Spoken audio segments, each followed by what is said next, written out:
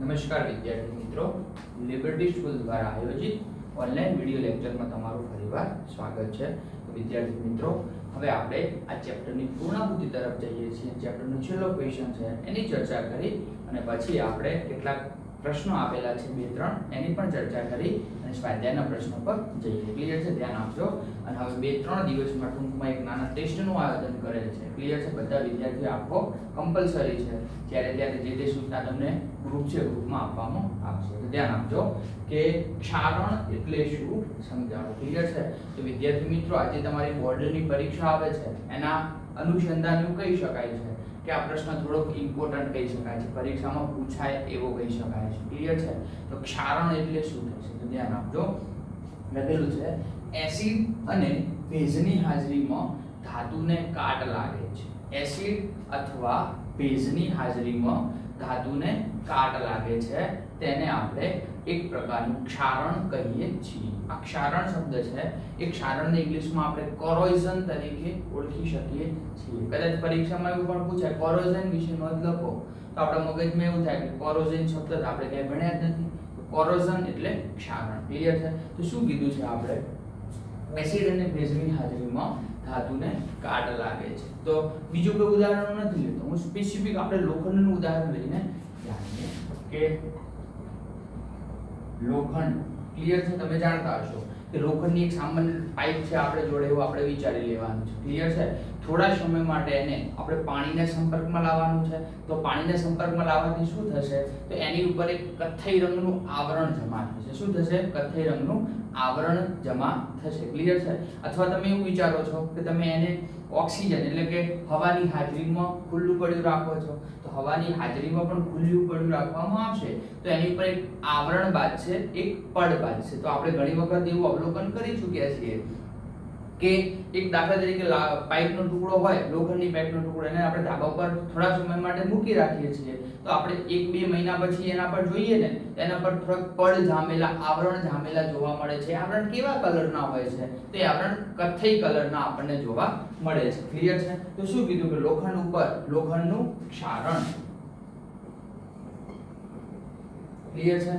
તો કદાચ તમે બીજું પણ અવલોકન કર્યું હશે કે આપણે જો દાખલા તરીકે કોઈ ખેડૂત હોય, એ બોર બનાવે છે, બોરવેલ બનાવે છે, એની અંદર કોલમ મૂકે છે, કોલમ થોડા સમય પછી બહાર કાઢે છે, તો કોલમ ઉપર પરફેક્ટ એક ભૂખરા કલરનું આવરણ લગાવેલું હોય છે, આવરણ લાગી જાય છે. એ આવરણ શાના કારણે લાગે છે? તો એનું ઓક્સિડેશન થયું છે એવું કહી શકાય છે. ક્લિયર છે? તો ક્ષારણમાં આપણે શું કીધું છે? તો ટૂંકમાં કોઈ ધાતુ હોય, ધાતુની સપાટી ઉપર કંઈક આવરણ બનવું. ક્લિયર છે? તો ક્ષારણ એટલે પણ શું કહી શકાય? ધાતુની સપાટી પર કંઈક આવરણ એટલે કે પડ બનવું.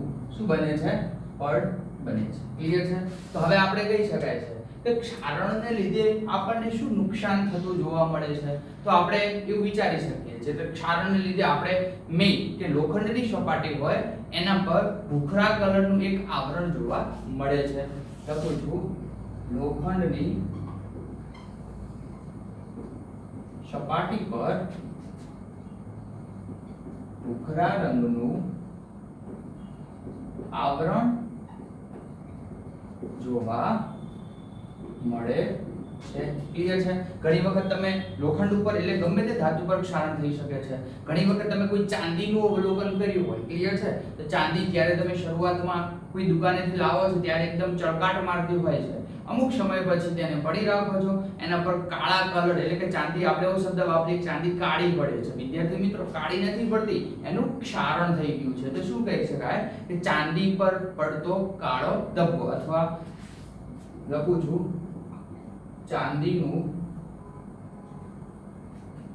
ચાંદી પર કાળાશ પડતું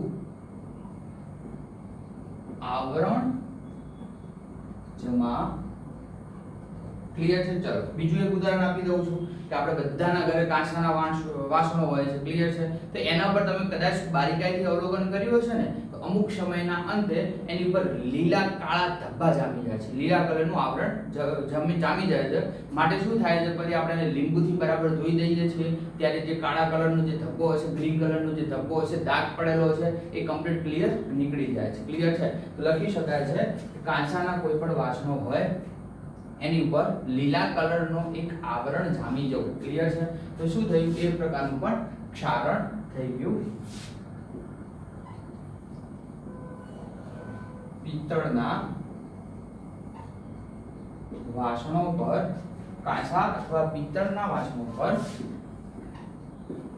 કાળા કલરનો દાગ પડવો એ પણ એક પ્રકારનું શું છે, ક્ષારણ છે. શું છે? ક્ષારણ.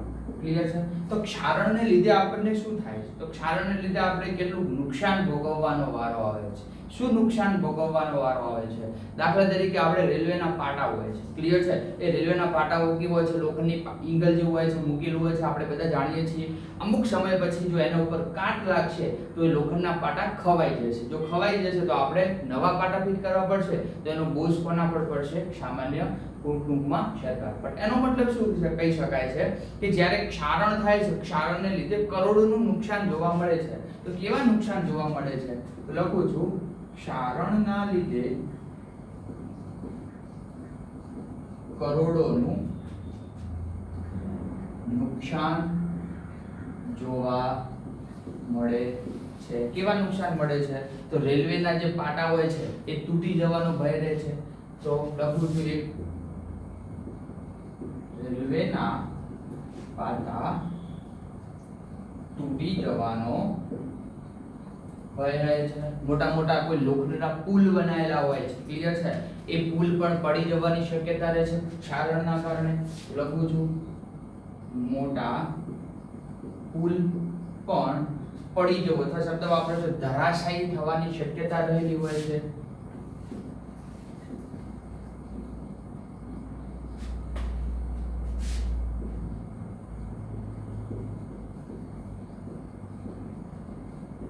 ક્લિયર છે? આગળ ઝીંકની સપાટી હોય તો એની સાથે ઓક્સિજન પ્રક્રિયા કરશે, ઝીંક ઓક્સાઇડ બનાવશે. તો એની પર આપણે ઝીંકનું ઓક્સાઇડ છે, ઝીંક ઓક્સાઇડમાંથી આપણે ઓક્સિજન દૂર કરીએ તો આપણને ઝીંક ધાતુ પાછી મળે છે. લખી શકાય, ઝીંકની સપાટી પર પણ ઝીંકની સપાટી પર ઓક્સિજન પ્રક્રિયા કરી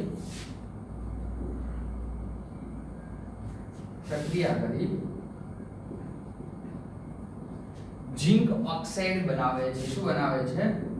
ઝીંક ઓક્સાઇડ, જેને આપણે શાના તરીકે ઓળખીએ? ZnO. ઝીંક ઓક્સાઇડ બનાવે છે. ક્લિયર છે? હવે ઝીંક ઓક્સાઇડ બની ગયો છે. એ ઝીંક ઓક્સાઇડમાં શું કરશે? એ ઝીંક ઓક્સાઇડ શું છે? તો એક પ્રકારનું છે ક્ષારણ. ઝીંકનું ક્ષારણ થયેલું હોય છે. એ ઓક્સિજનને આપણે દૂર કરવાનો છે. ઓક્સિજન દૂર થશે એટલે આપણને દાખલા તરીકે આ પ્રક્રિયા આપણે ભણી ગયા, ZnO. ક્લિયર છે? 2ZnO. એમાંથી આપણે શું કરીએ? 2Zn ને દૂર કરીએ તો શું છૂટું પડે? ઓક્સિજન છૂટું પડે છે. આપણને શું થાય છે? ઝીંક પ્યોર અવસ્થામાં મળે છે. ક્લિયર છે? તો ઝીંકની સપાટી પર ઝીંકનું પડ ધરાવતા લોખંડને ગેલ્વેનાઇઝ્ડ લોખંડ કહે છે અને આ પ્રક્રિયાને આપણે ગેલ્વેનાઇઝેશન કહીએ છીએ. ક્લિયર છે? તો ઝીંકનું પડ ધરાવતા લોખંડને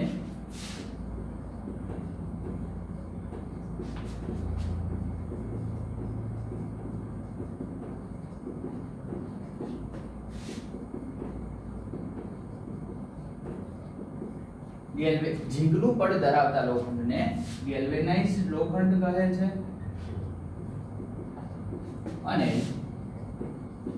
આ પ્રક્રિયાને ગેલ્વેનાઇઝેશન કહે છે. ક્લિયર છે? ચાલો હવે આપણે જોઈએ કે ક્ષારણ અટકાવવું હોય તો ક્ષારણ અટકાવવાના ઉપાયો શું. તમે વિચારો કે પાઇપનો સામાન્ય ટુકડો છે, ધાબા પર પડેલો છે, ધાબા ઉપર પડ્યો છે, એની ઉપર વરસાદે પડે છે, એની ઉપર તડકોય પડે છે, એની ઉપર ગરમી પડે છે, તો એનું આપણે ક્ષારણ ન થવા દેવું હોય તો આપણે શું કરીએ? તો વિદ્યાર્થી મિત્રો, પહેલું જ મોસ્ટ ઇમ્પોર્ટન્ટ લાઈન છે કે ક્ષારણની પ્રક્રિયા અટકાવવા માટે તેના પર રંગકામ કરવામાં આવે છે. ક્ષારણ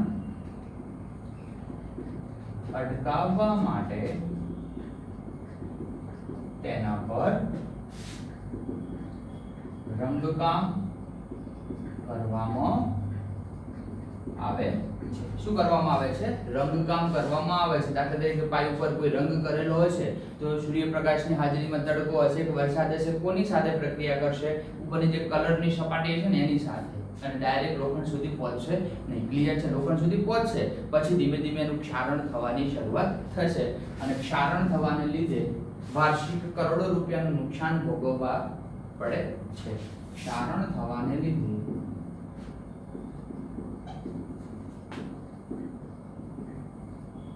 વાર્ષિક કરોડો રૂપિયાનું નુકસાન ભોગવવું પડે છે. ક્ષારણ થવાને લીધે વાર્ષિક કરોડો રૂપિયાનું નુકસાન ભોગવવું પડે છે. તો ટૂંકમાં આપણે ક્ષારણ વિશે ચર્ચા પૂરી કરી. બીજો એક ક્વેશ્ચન સામાન્ય એકાદ માર્ક્સમાં પૂછાયો આપેલો છે, ખોરાપણું એટલે શું? શું ખોરાપણું એટલે શું? ક્લિયર છે? તો ટૂંકમાં ખોરાપણું એટલે શું? તો ઉનાળાની જે સીઝન હોય એમાં આપણે ઘણી વખત જોઈએ છીએ કે આપણો જે ખોરાક હોય છે, ખોરાક શું થાય છે? બગડી જાય છે. બગડી જાય છે એટલે બગડી જાય છે એનો મતલબ શું થાય કે એની અંદરથી ખરાબ આપણને સ્મેલ આવતી, ખરાબ દુર્ગંધ આવતી જોવા મળે છે. ક્લિયર છે? તો ખોરાક ન બગડે એના માટે આપણે કેટલીક તકેદારી રાખવી જોઈએ. તો પહેલા ખોરાપણાની વ્યાખ્યા કે અમુક સમયગાળા દરમિયાન ખોરાકમાંથી ખોરાક બગડી જાય છે અથવા ખરાબ દુર્ગંધ આવે છે, આ પ્રક્રિયાને ખોરાપણું કહે છે. ખોરાપણું કહે છે. ક્લિયર છે? આગળ તો ખોરાપણાની જે પ્રક્રિયા છે એટલે ખોરાપણું ન થાય, ખોરાપણું અટકાવવા માટે આપણે શું કરવું જોઈએ? કે દાખલા તરીકે કોઈ તમારો એવો ખાદ્ય પદાર્થ છે કે જે ઓક્સિજનની હાજરીમાં, હવાની હાજરીમાં રાખતા બગડી જાય છે, તો આપણે શું કરવું જોઈએ? તો કે એને ઓક્સિજનનો પ્રતિકારક કરતા એવા કોઈ પદાર્થ એડ કરવા જોઈએ તો એનાથી આપણે ખોરાક બગડતો અટકાવી શકાય છે. તો ટૂંકમાં ઓક્સિજનની હાજરીમાં જે પદાર્થ બગડે છે, જે ખોરાક બગડે છે, એને ન બગડવા દેવો હોય તો ઓક્સિજનનો પ્રતિકારક કરતા કેટલાક પદાર્થો એની અંદર એડ કરવામાં આવે છે, જેને આપણે એન્ટીઓક્સિડન્ટ તરીકે ઓળખી શકીએ છીએ. એન્ટીઓક્સિડન્ટ એટલે શું?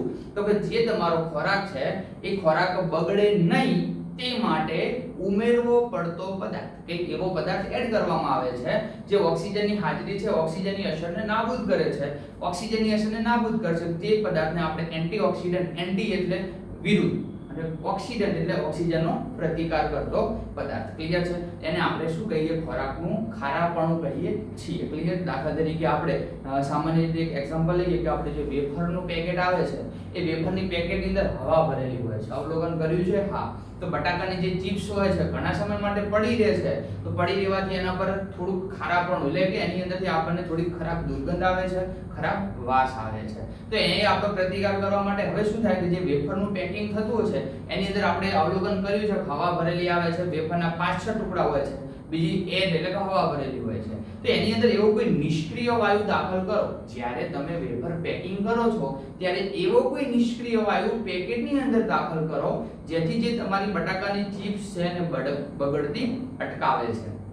ક્લિયર છે? તો ખરાપણું દૂર કરવા માટે નિષ્ક્રિય વાયુ પેકેટની અંદર દાખલ કરવામાં આવે છે. ઘણી વખત આપણે કોઈ એવો પદાર્થ લેવા જઈએ બજારમાં તો એવું કહે છે ફ્રીજમાં રાખજો. ક્લિયર? કેમ કે ફ્રીજમાં એને ઠંડુ વાતાવરણ જોઈએ, તો ઠંડુ વાતાવરણ ન મળે તો બગડી જવાની શક્યતા રહેલી છે. અને ઘણી વખત આપણે પેપરમાં પણ ન્યૂઝ વાંચીએ છીએ કે આને ફૂડ પોઈઝનિંગની અસર થઈ છે. તો એ શું છે? એક પ્રકારનું ખોરાક બગડી જવાનું છે ને એ ખોરાક આપણે ખાઈએ છીએ ત્યારે આપણે ખોરાપણું થયું છે, ફૂડ પોઈઝનિંગ થયું છે એવું કહી શકાય છે. ક્લિયર છે? એકાદ માર્ક્સમાં કદાચ વ્યાખ્યા પૂછાય તો લખી દેવાની. ક્લિયર છે? તો ક્ષારણ અને ખોરાપણું એ બે ક્વેશ્ચન હતા. આની સાથે સાથે ચેપ્ટરની થાય છે પૂર્ણાહુતિ. હવે કેટલાક બે ક્વેશ્ચન આપેલા છે, એ બે ક્વેશ્ચન ઉપર આપણે જઈએ, પછી આપણે કેટલાક સ્વાધ્યાયના પ્રશ્નો છે, સ્વાધ્યાયના પ્રશ્ન પર જઈએ. ક્લિયર છે? ક્ષારણ 1 મિનિટ જોઈ લો.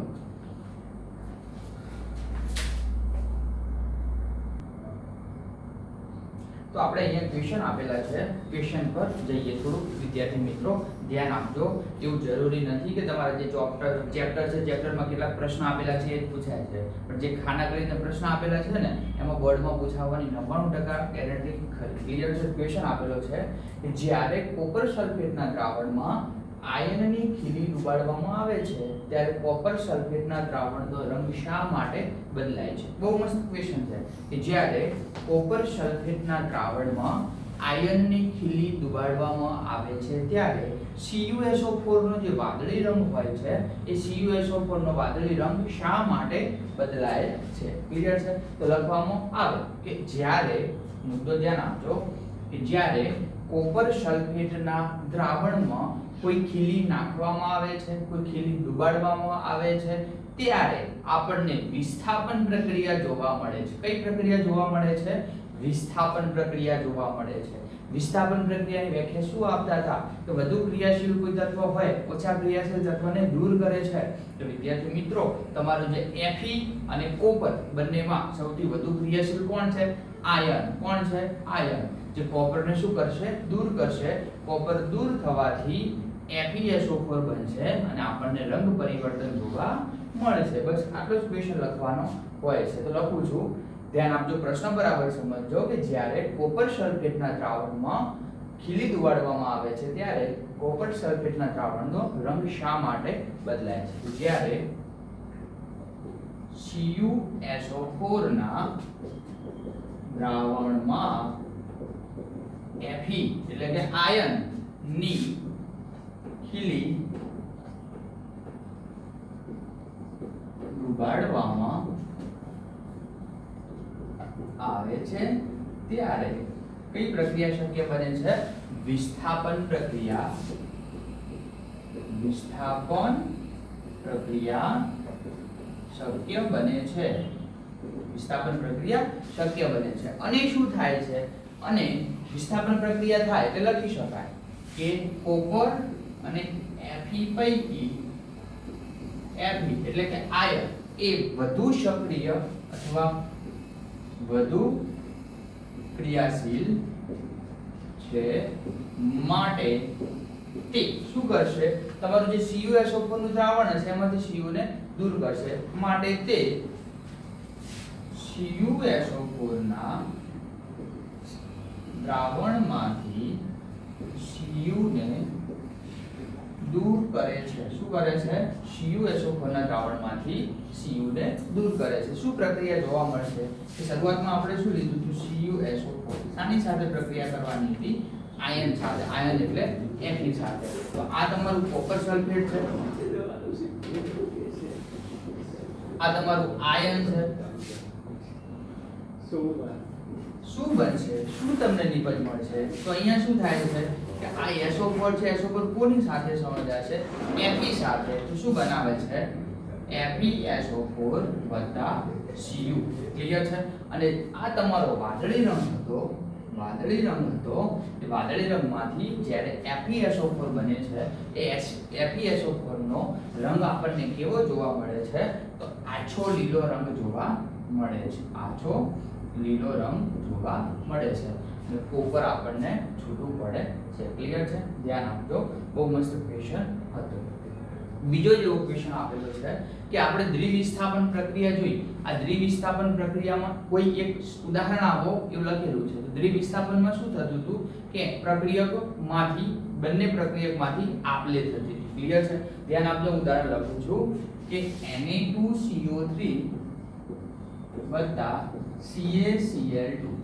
ચલો, Na2CO3 અને NaHCO3.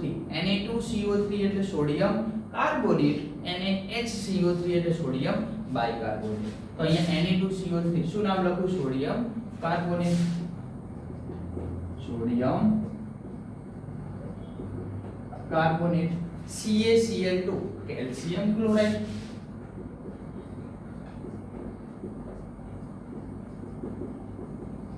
CaCl2.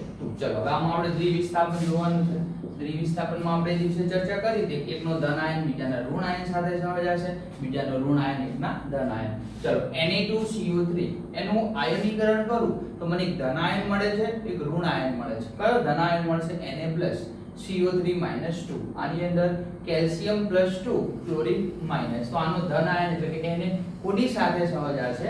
Cl સાથે. શું બનાવશે? NaCl પ્લસ વધ્યું શું? CO3 વધ્યું અને Ca તો શું બનાવ્યું? CaCO3 calcium carbonate. તો આ જે NaCl બનાવ્યું શું નામ થાય? સોડિયમ ક્લોરાઇડ અને કેલ્શિયમ કાર્બોનેટ.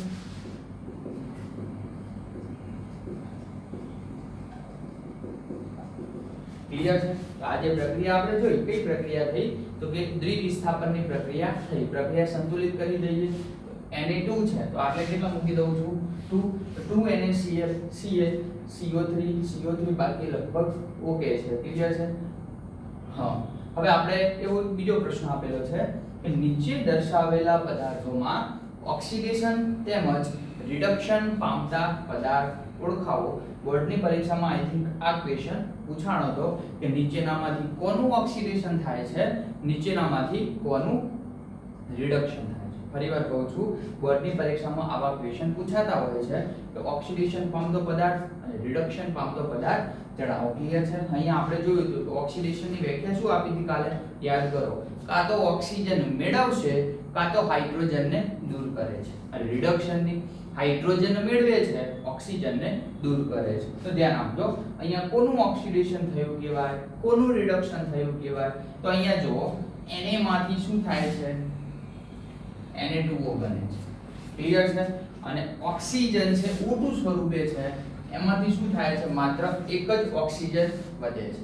તો ઓક્સિજન O2 સ્વરૂપે હતો, એમાંથી એક ઓક્સિજન દૂર થઈ ગયો તો એક ઓક્સિજન માત્ર આપણને જોવા અહીંયા મળે છે. અહીંયા આપણને ડાયઓક્સિજન જોવા મળે છે. અહીંયા માત્ર એટલે કે આને શું કર્યું છે? ઓક્સિજન ગુમાવ્યો છે. ઓક્સિજન O2 એ શું કર્યું છે? ઓક્સિજન ગુમાવ્યો છે. અને Na એ શું કર્યું છે? ઓક્સિજન મેળવ્યો છે. ક્લિયર છે? ફરીવાર ધ્યાન આપજો, ક્લિયર કરજો. Na છે એ Na2O માં કન્વર્ટ થાય છે. તો ટૂંકમાં શું બને છે કે Na માંથી શું બને છે? NaO બને છે. તો ઓક્સિજન મેળવ્યો કહેવાય, ગુમાવ્યો? તો કે મેળવ્યો કહેવાય. તો ઓક્સિડેશન થયું કહેવાય. અને O2 શું છે? O2 કયા સ્વરૂપે મળે છે? માત્ર ઓક્સિજન સ્વરૂપે. તો ઓક્સિજન પહેલા બે ઓક્સિજન હતા, અહીંયા એક ઓક્સિજન થઈ ગયો છે. તો ઓક્સિજન શું કર્યો કહેવાય? ગુમાવ્યો કહેવાય. તો એક ઓક્સિજન મેળવે છે, બીજો ઓક્સિજન ગુમાવે છે. તો લખું છું ઓક્સિડેશન પામતો પદાર્થ. તો લખું છું અહીંયા ઓક્સિડેશન પામતો પદાર્થ કયો છે? Na2O. કયો છે? Na2O. ક્લિયર છે? કેમ કે આપણે શું કીધું છે? ઓક્સિજન મેળવે છે. રિડક્શન પામતો પદાર્થ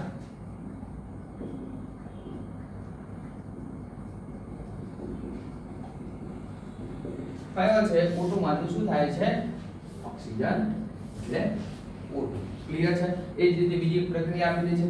કોપરનો ઓક્સાઇડ લીધેલો છે, H2 સાથે પ્રક્રિયા કરવાની છે, કોપર પ્લસ પાણી મળે છે. તો કોપર ઓક્સાઇડ શું કરે છે? કોપરમાં કન્વર્ટ થાય છે, ઓક્સિજન ગુમાવે છે. અને આ શું કરે છે? ઓક્સિજન મેળવે છે. ક્લિયર છે? તો અહીંયા ઓક્સિડેશન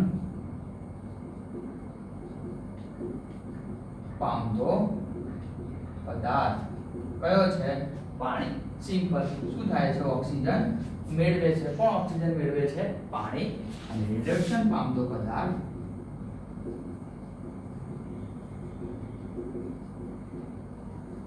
કયો છે? Cu. Cu નું રિડક્શન થાય છે. શું બને છે? CuO માંથી Cu. ક્લિયર છે? પરીક્ષામાં આવા ક્વેશ્ચન પૂછાવાની શક્યતા રહેલી હોય છે. ક્લિયર છે? એક મિનિટ ધ્યાન આપો, પછી આપણે આગળ જઈએ.